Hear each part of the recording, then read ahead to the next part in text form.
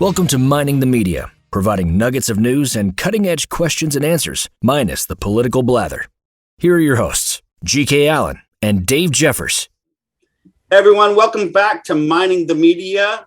I'm Dave Jeffers, the producer and co-host. That's G.K. Allen, your creator and co-host, and we are so excited to welcome in Dr. Ted Baehr.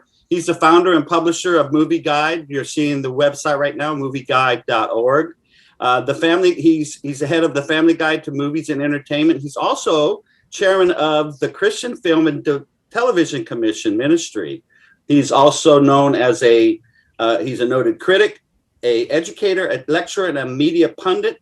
His life purpose is to be used of God to redeem the values of the media while educating audiences on how to use discernment in selecting their entertainment. And I can tell you, I use this all the time. It's a wonderful site. He also has his own personal website where he likes to come and he'll speak at your any of your functions that you may. So you can contact him at tedbaehr.com. And my favorite quote, and I'm going to hand this off to GK as soon as I say welcome, Dr. Baehr, is his quote is, "He who controls the media controls the culture." So welcome, sir. We're glad to have you. It's great to be with you. It's wonderful. It's fun. Nice to find somebody who's controlling their own media. Yes, sir. The beautiful thing about podcasting is you don't have to put up with the general, with the GMs or the program directors. Rather nice. Well, now we enjoy all the people we put up with because we went from 37 million to 42 million in the last year, and that means we congratulations. A lot of people, and we're very happy about it. Congratulations. I happen to be a movie nut. In particular, I like films from the 40s and 50s. I'm big on film noir. My all-time favorite movie is The Third Man.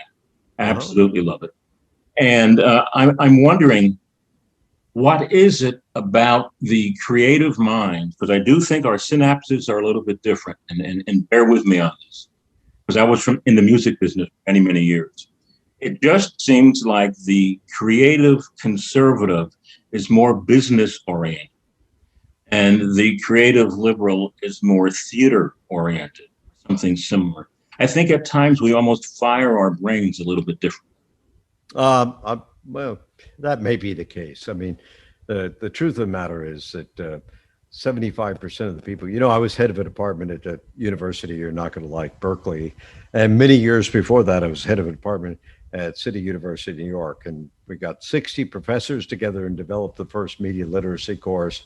And that was based on the first 17,000 studies that were presented to the National Institute of Mental Health on the impact of media. Now, I'd grown up in the industry. My father was a star in the 30s. So you got to go back to the 30s. That was the golden age. Your father was Rex Allen. Tex Allen. Different yes, Allen. No relation to me.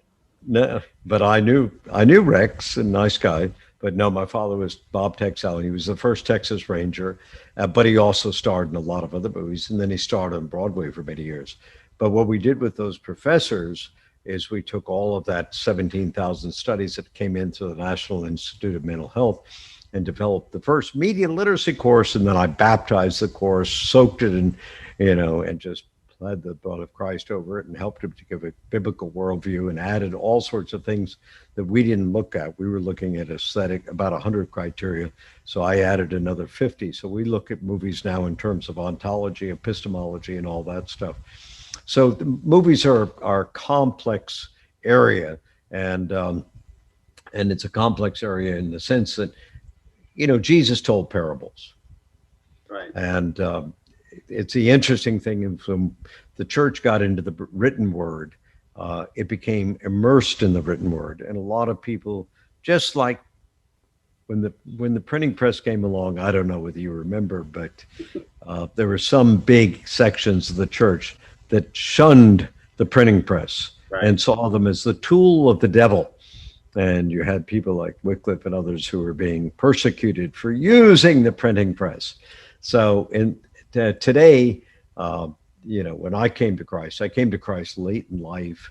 I was a left-wing commie. God saved me miraculously through 4 women who were my mother's age. My mother died when I was young, and who had come to Christ, Billy Graham. but I made movies. So I was in a denomination which owned the rights to The Lion, the Witch, and the Wardrobe. We did The Lion, the Witch, and the Wardrobe on CBS television. We won an Emmy Award and had 37 million people. But then, my affinity, because I'd come to Christ out of nowhere, and the people in my seminary at the mainline things, 95% of them were deader than a doornail. And so I gravitated toward the evangelicals, but most evangelicals were saying, oh, you can't go into the movie industry. And I'd come up with little things like, oh, you mean my son who went to Papua New Guinea to do mission work? You can't go to Headhunters. You can't go to Africa. You can't go to this. And why not the entertainment industry? But they didn't understand the media. They were immersed in the written word. They were used to dealing with, all the battles of German higher criticism, which became so boring that Boltmann, Moltmann, and the rest of them, were just. And I have a lot of funny stories about it, but the majority of people learn through the heart, and Jesus always spoke to the heart, and movies to the heart. So movies can have great themes in it. I just saw Blue Miracle with Dennis Quaid, made by a friend of mine, and he had taken my class, and I just on the phone with him, and he's now head of a department at Sony Pictures, and he made practically perfect movie. It's got the gospel, but it's woven into the fabric of the movie. It's about an orphanage in Cabo San Lucas in Mexico. It's in English, but there's, that has a Mexican flavor to it. It's got everything you would want, and it's orchestrated beautifully with this old fisherman who doesn't want to help, Dennis Quaid, who doesn't want to be associated, and him having a character arc that's superb. So it's when you bring all those elements together, it's like a symphony, and it creates a movie that reaches the heart, but at the same time, it's telling you how important family is, how important faith is, how important God is to answer their plot problem, which is tremendous because the orphanage is facing $117,000 in debt. The bank's going to close it down, and they go fishing to win a contest. So how stupid is that? Anyway, it's a true story, and it's fabulous. I can't wait. Do you think that it seems to me when we look at any creative period that you need a little bit of friction to create that creativity? The World War II era, the Depression era, created an incredible amount of good music, big bands and things related, an incredible number of good films as well. And in England in the mid-60s, there was still the class friction that created the Mersey beat and things related. And Ted, I think that almost any time we're dealing with a really good oomph, if you will, in any creative process, there needs to be a certain amount of friction. Why am I saying this? Because I think right now... Because you're having fun saying it. That's part of it. That's part of it. That's part of it, true. But I think we're living in an age right now where some people are going to have to start making movies and TV shows in greater number about a certain persecution or attitude about anybody who is not cancel culture woke. Because right now we have that friction. People who tend to be more conservative right now have to start realizing that we can write good songs, we can make good films, that we're up against a lot right now. And there's a lot of people out there in the media trying to silence us. And that creates friction. And from that, I think we might have a creative surge, if you will, because people have this pent-up desire to change things, to make them fairer. Well, I'll give you another portrait of the industry because you're looking at it in one way. The industry represents a broad range of people. Gary Sinise and John Voight and friends of mine had a conservative group that met every month, and that group grew to 3,000 people. It grew to a man who's teaching this summer at my class, who's the head of the biggest production company, Legendary Pictures, another man who is the head of Fox, another man who is the head of, there are a lot of those people in the industry. The industry operates on, with all those different diversity, and it's just like the church. You can, when I did The Lion, the Witch, and the Wardrobe, I had to do deals with, and there are over 520 different thousand perspective, but in terms of major denominations, there are about 50 major denominations. I did deals with 30 of those major denominations. And to make The Lion, the Witch, and the Wardrobe acceptable, because the group that I was representing was a mainline church, when I went to, the Catholics, you couldn't talk about discipling because they don't understand what that means. You have to talk about faith formation. When you go to the Baptists, you have to have a different language. So when I'm teaching people to make movies and teaching Hollywood people basically how to reach the church, you're teaching them that they have different languages. And I show a slide of pictures of T.D. Jakes and a wide variety of preachers from the Pope on down to say, here, you've got to reach these different pockets. When you talk about 125 million people going to church every week, you're talking about a very broad range. When you're talking about whether it's, 8 million Methodists who are often very liberal, when you're talking about the 12 million Lutherans, when you're talking about the 60 million Catholics, of which probably half of them are liberal, you're talking about a very broad range of people. Now, to follow up on what you were saying, within the industry, you've got a broad range of people. But you have Hollywood making movies not only for cultural groups, like my wife is Hispanic, so she's Argentine. She hates the word Hispanic, but they make movies for Latin-speaking people. They make movies for Black people, Tyler Perry movies. Those are all pockets. One friend of mine who was the head of Warner Brothers Distribution used to say, I want to make some singles for the guy who wants to go out and see an action adventure film, Clint Eastwood or whoever at that time. I want to make some doubles for the rom-coms that you can take your date to. I want to make some home runs where you can take the 4 people in your family, which are called 4 corner projects, where they've got a whole mix like Avengers, and you keep adding to that mix. So you're reaching each corner of that market. 4 corners, it's probably more of a diamond today than 4 corners.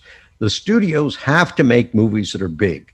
And when they make big movies that'll sustain the population of Warner Brothers, which is 56,000 working at the studio here in LA, and to bring the money in to support that, they try to reach all those groups. And a lot of those people who are making those movies, I'm going to tell you this story in a different way in a second, are conservative. And a lot of them are people who come from the church. At one point when I was dealing with Christian leaders and introducing them to people in Hollywood, once a month I had one of them who was the head of Disney, who had grown up in a very evangelical Church of Christ, and the head of Pixar, who had grown up in the Church of Christ, and everybody, and not the liberal side, the more conservative side. Right. And it was just a wide range of people, a lot of Catholics, a lot of different people. But the people that are making those movies that are big, broad movies, some of them who are very good at me. When I went into the Disney office, the only award they had out was the Teddy Award that we give out at the Movie Guide Awards. Dolly Parton, this year we got calls from everybody in Hollywood saying, can we be part of the Movie Guide Awards? Dolly Parton's office kept calling us. When my daughter visited her, who does our television programs at Dollywood, she had a little museum, and the only thing she had in there was the Movie Guide Awards. But the other side of the Hollywood, and I'm breaking it down in many different ways. We're taking different pictures of it from different points of view. The other side wants to win awards. And if you want to win awards, you got to cater to that award mentality, which is the mentality of being as woke, or not just woke. You want to be as Marxist, left-wing, commie, pinko rat as possible. Even if you're not a leftist, commie, pinko rat, you want to win the award, because the awards, actually, there was a big study from Hollywood Reporter that the awards sell tickets. So you want to win the Movie Guide Award, you want to win the Oscar, which is very niche marketing, because nobody wants to see a movie that's Oscar, but the Oscars give a little bit of veneer to it. Now, you asked me about this when the denomination that I went to the seminary for in New York was the Episcopal Church.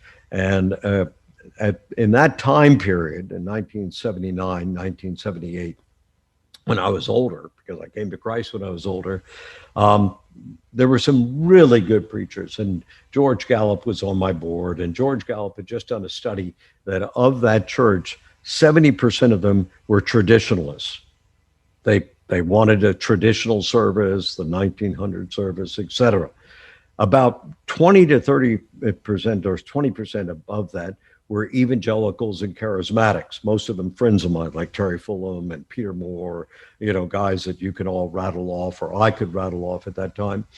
And then about 7 or 8% were radicals, like the person I worked with, Bill Gray at Trinity Church at Broadway and Wall Street, was a communist, and an atheist. And my wife, who grew up in the Catholic Church, but has become a strong, very strong evangelical Christian, said, well, you can't be a priest and be an atheist. So I said, Bill, take her to lunch. He took her to lunch. He said, he's a priest and an atheist. And she asked him, why would you be a priest and an atheist in the Episcopal Church? He said, well, because we can use the Episcopal Church for our agenda. So that small group, we set down the big guys, the guys who are reaching big churches, like Terry Fulham had grown his church to be the Miracle at Darien. The big guys sat down at the Dallas convention and said, what's happened? And they said, well, these other guys like Bill Gray, well, I like him. I like everybody. I came from the left. And we're running the committees, because the guys who were pastors, the guys who were preachers, didn't have time to get into the daily work of running the committees. So quite often the people who are the most vociferous, the people that are controlling the committees, do not represent the people who are reaching the gigantic audiences, whether it's in the Lutheran Church, Episcopal Church, Baptist Church, anywhere else. I mean, I just saw that one of the Baptist leaders went with Christianity Today. And as you know, Christianity Today started to be a liberal, almost left-wing balance to the Christian Herald and the conservative magazines, which all disappeared. And Christianity Today has always taken, if you read it carefully, a liberal point of view toward whatever the issues are. So you've got these liberals that are on a mission from the devil, or wherever you want to put them on the mission, and they understand their mission. And then you got the broad range of people who, may be traditionalists or whatever, and a lot of them, are just holding on because they're holding on. So you talk to them on Sunday, they get enthusiastic about Jesus, even in the Baptist church. You talk to them on Monday and they cheat on their income tax. You talk to them on Tuesday and they abuse their wife, so the church is not much better than Hollywood. It's just that Hollywood is something and the Hollywood is made up of a wide variety of people and a wide variety of viewpoints, which you're never going to see. You're always going to see, in fact, whenever I looked at, I guess I came out of the left, Planned Parenthood or whatever, Planned Parenthood is always saying, well, Catholics for abortion support us, nuns for abortion support us, Episcopalians for abortion. Those liberals get more press in the press. In fact, I'd say if you pay attention to the LA Times or the New York Times, you will see an article by a Christian left-winger condemning the Christians who supported Trump, or condemning the people who are conservative Christians, almost every week, if not twice or three times a week. We don't have the platforms. We don't have the voice. Now, in talking about people making great movies, as C.S. Lewis said, because I did a line and I wrote a book on Lewis, Living at the Kilns, he says it's easier to make a great writer a Christian than a Christian a great writer. I teach filmmaking. And I've had some great students. One took my class after years of trying to make a movie about Bertha Surf. He got out. We analyzed his script. Ron Howard bought it. He's now in the middle of production with Ron Howard, one of the biggest production houses in Hollywood. He went from zero to, and he's old. He's in his 70s like I am. So a few people have tremendous talent. But what we see at the Movie Guide is like one of my friends who came to the Movie Guide Awards, who was Muslim, grew up partially in Iran, and he made a lot of very edgy movies. He wrote a lot of Oliver Stone's movies. He came to Christ just by coming to the gala. And when he came to Christ, he started making Young Messiah, Infidel. He made these movies that are hyper Christian. If you see Infidel, it's probably with Jim Caviezel. It was number one at the box office last year for 3 weeks, and it is hyper Christian because Jim Caviezel lays the gospel out in a powerful way. So sometimes, of all the people I've taught who are Christians, a lot of them can never grasp the knowledge of film because film takes talent. And very few people have talent in this world. I hate to tell you. My father was on Broadway for years, and when he died, one a Jewish director wrote in the line, he said, Bob Allen was one of the greatest actors. He was always on time, on target. You've got to be good. And to be good is not just to be, on the B team for baseball. It's getting into the major leagues. And to get that rookie into the major leagues is very difficult. So we work on Hollywood. We work on training rookies. We work on the whole ball of wax. But I can't tell you how many rookies we try to change and try to educate them on simple things like how to do the basic premise of a movie, and they never get it. And I'm dealing with them for 10 years after, and their scripts are still impossibly bad, although I love them dearly. It's not that I don't like them. It's just they can't figure out how to tell a story if, they were hit in the head with a mackerel. That's an important point. I think a lot of that, particularly when you're talking Christians, it's because we're told, you have to make a movie that's pure. You have to make a movie that's gospel centric. You have to do this in the church is what we're being told. Hey, go there. I want to be a screenwriter. Okay, good. Make sure everything you do exalts Christ. And but I'm going to take issue with that. Look, there have been over 160 movies about Jesus, and that was in the year 2000, and now there are many more because you got The Chosen and everything else. And The Chosen is a great series. And once upon a time, I was showing The Passion of the Christ to a group of pastors, and one of them from Houston said, why do we need another Jesus film? We've already got the Jesus film. And I said, that's really a good comment, because why do we need another preacher? We've still got Billy Graham. Because every one of those Jesus films, for instance, with The Passion of the Christ, one of my uncles was a Marine. He was an atheist. He was head of the Los Angeles Police Department. He was very anti-Christian until he saw The Passion of the Christ, which changed his heart because it was such a tough movie. My wife can't even watch Passion of the Christ. Yeah. So each one of those portrayals from John, the Gospel of John, portrays Jesus. And if you look at Max von Sydow in The Greatest Story Ever Told, that's a different portrayal of Jesus. It's very cold and aloof than the one in the Gospel of John. And I think that our job is to tell that story as many ways. So now there are many ways of telling the gospel story. One is Christological historicity, which is what Mel Gibson tried to do in others. The other one is allegorically, and there have been some great films that are allegorical, and we think of those, even the musical Godspell, et cetera, which a lot of people responded to, although it's got some goofy elements to it. Or we think of far out allegories. There's a whole range of things that my computer's going to shut down because I had to plug the microphone into my power source. So there you go. So we'll pray for a miracle. Well, I'm looking at the time, and I know you have another interview. Everything you. Let's do this again. Yes, I was going to say, because you do it again. It was questions.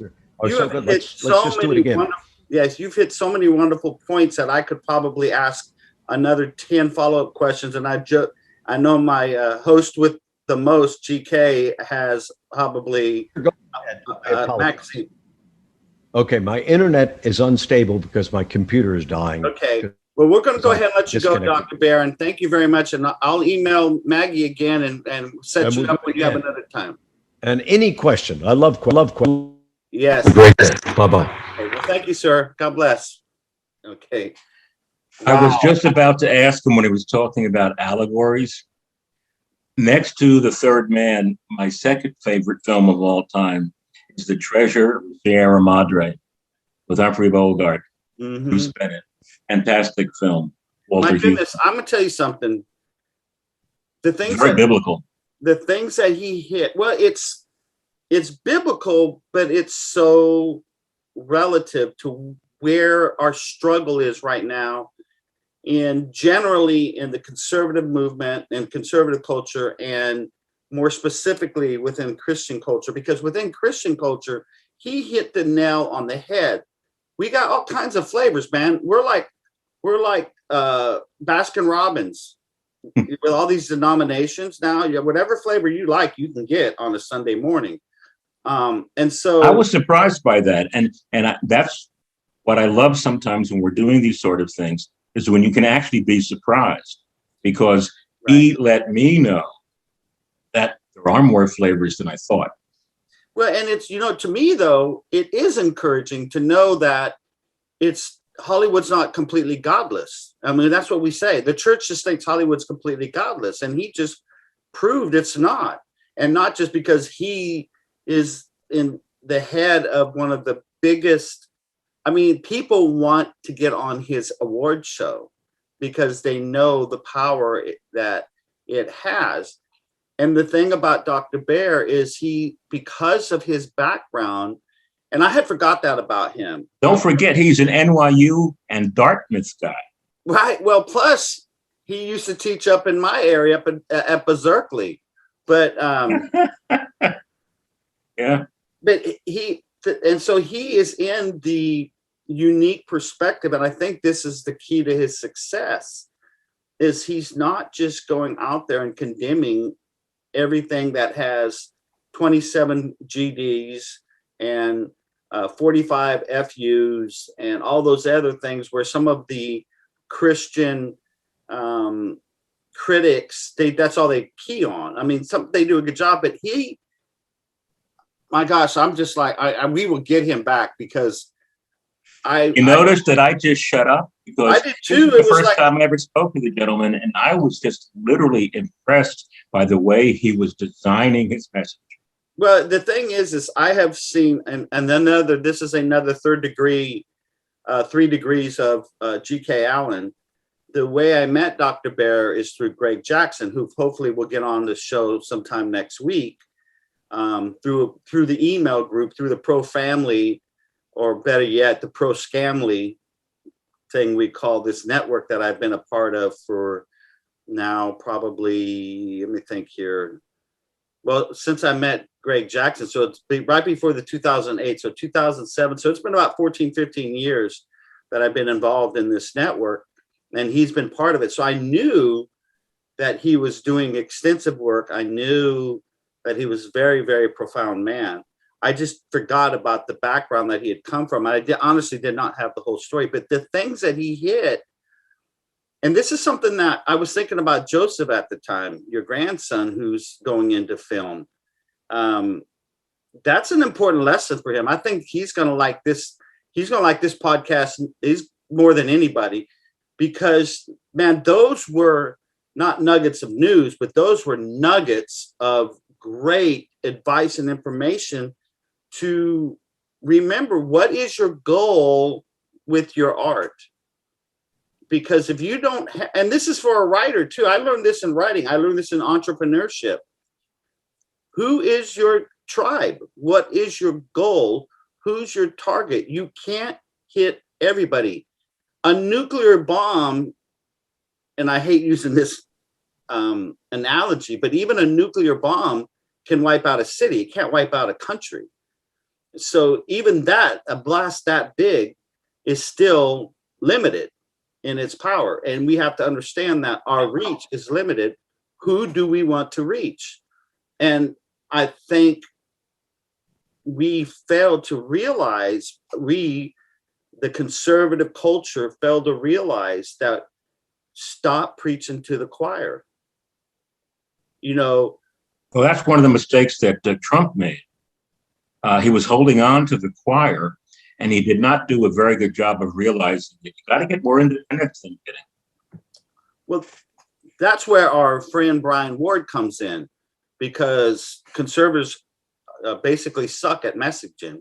They don't know how to get the word across. And that's what I said. And here's the thing another thing that Dr. Baehr said. All the movies that he talked about, I've seen most of them. The gospel is centered in there. It's always relevant. But what these movies are doing is they're making it relative to their audience. And that's where we fell in our messaging overall. I mean, my pastor always says, how come you don't see anybody from the church on the news when something goes wrong? Because we're no longer relevant. The gospel is relevant, but we don't know how to relate to people. We don't know how to relate. I mean, I go back to the fact that, and I'm guilty of this at some degree, that Hollywood's pure evil. It's the devil's lair. But actually, that's the one thing that John McCain said that I agree with. Actually, Satan's lair is Washington, D.C., but he's got a Western White House out there in Hollywood. But it's not true. He just told us how many people who have a Christian upbringing are actually working in the industry. And to me, that's encouraging. And the more that's here's another point. And I'm telling you, man, he's got my senses overloaded right now with what he talked about. Well, I think the secret sometimes to a good interview is basically when the host or co-host can do a lot more listening than blabbing, because that means you've got a pretty good guess.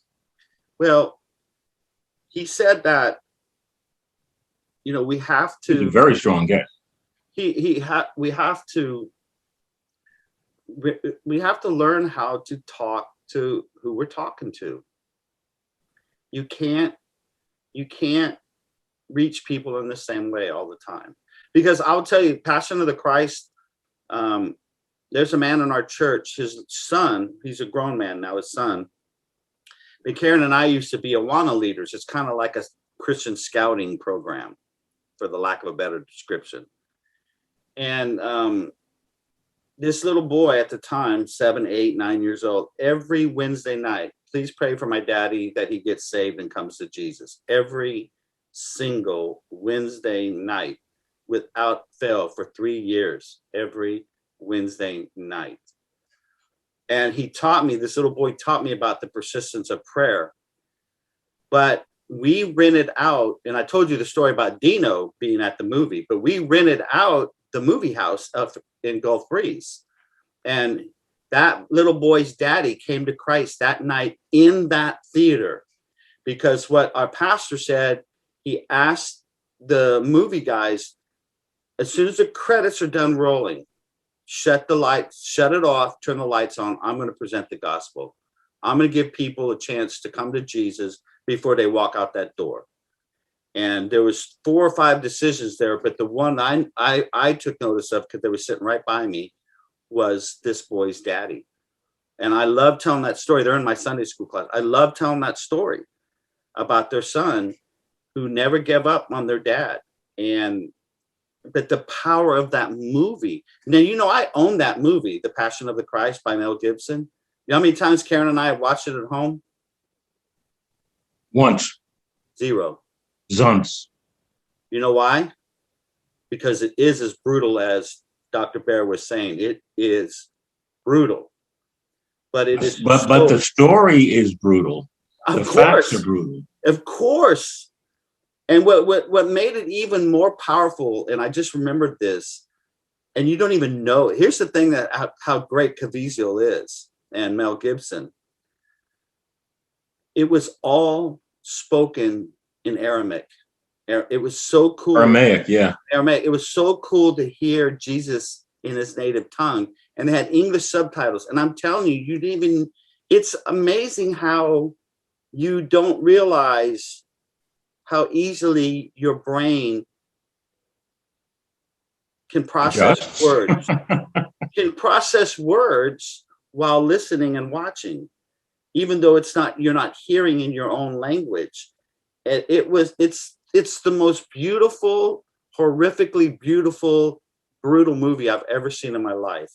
And every Easter it comes around, we want to watch it. And I look at Karen, I'm like, you want to watch it? She goes, I don't know, because we'll have just worshiped the Lord in celebrating his resurrection. And it's just like, God, I don't know if I could sit through that again.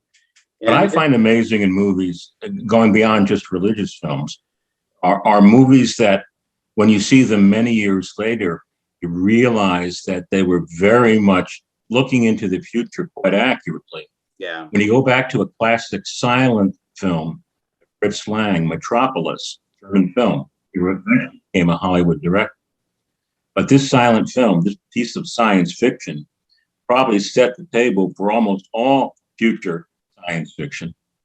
And it was one of those films that really predicted a lot of the downside of mechanization and when humanity is repressed and suppressed. And a film like La Dolce Vita by Fellini, speaking of subtitles, this film was made somewhere, I think, late 50s to very early 60s. It literally saw the coming decadence that began in the mid 60s and continues today. Yeah. The phoniness of some of society, the phoniness of the media, the term paparazzi came from this film. And the phoniness that sometimes religion has as well, because there was some corruption as it relates to religion in the film. And I'm a very, very big fan of any form of creativity that can, in a sense, state the case, see something of the future, and proven to be right. 1984 in terms of novels, my word, is that right? Yeah. And I think right now, and that's why I hope we can get Ted back on, because to change the subject slightly, I'd love to get his response to the following, Dave.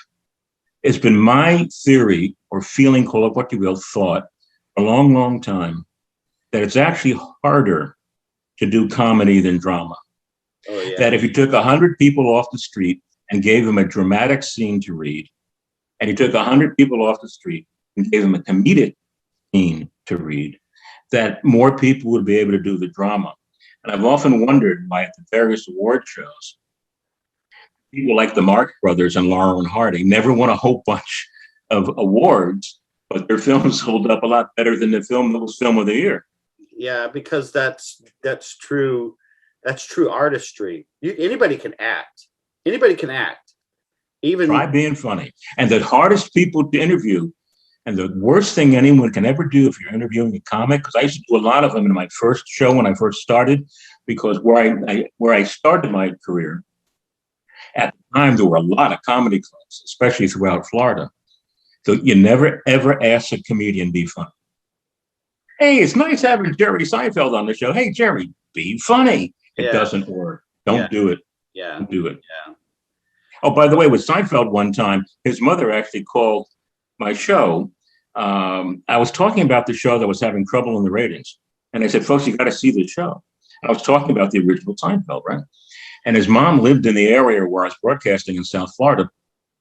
And she called the show thanking me for plugging her son's show. Because at the time, it was almost going to go off the air because the ratings weren't too good.